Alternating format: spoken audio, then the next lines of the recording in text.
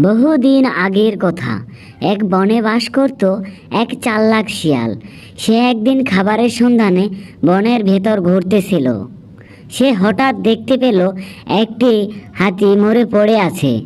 সে হাতিটির কাছে গেল এবং হাতিটিকে খাবার চেষ্টা করলো। সে অনেক চেষ্টা করার পরেও হাতির চামড়া কাটতে পারল না। ক্লান্ত হয়ে শিয়ালটি হাতির পাশে বসে রইল। হঠাৎ তার কানে এলো সিংহের গর্জন। সিংহটি তার দিকে আসছিল।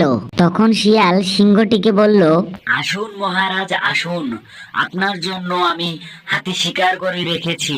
তখন সিংহটি বলল, আমি আমার শিকার নিজেই করি, আমি অন্যের দয়ার খাবার খাই না।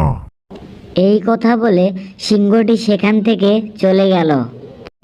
কিছুক্ষণ পরে শিয়ালটি দেখতে পেল একটি চিতা এদিকে আসছিল। শিয়াল পণ্ডিত চিতাটিকে দেখে মহাখুশি। সে বলল, এসো এসো, এইটা সিংহের শিকার। এই হাতির মাংস একটু টেস্ট করে দেখো। তখন চিতাটি বলল, বাবারে, সিংহের শিকার আমি কিভাবে খেতে পারি? শিয়াল বলল, তুমি একদম চিন্তা করো না, সিংহ এলে আমি আওয়াজ দেব, তখন তুমি পালিয়ে যেও। চিতাটি শিয়ালের কথা শুনে হাতির চামড়া তার ধারালো দাঁত দিয়ে কাটতে আরম্ভ করলো এবং মাংস বের করে ফেললো।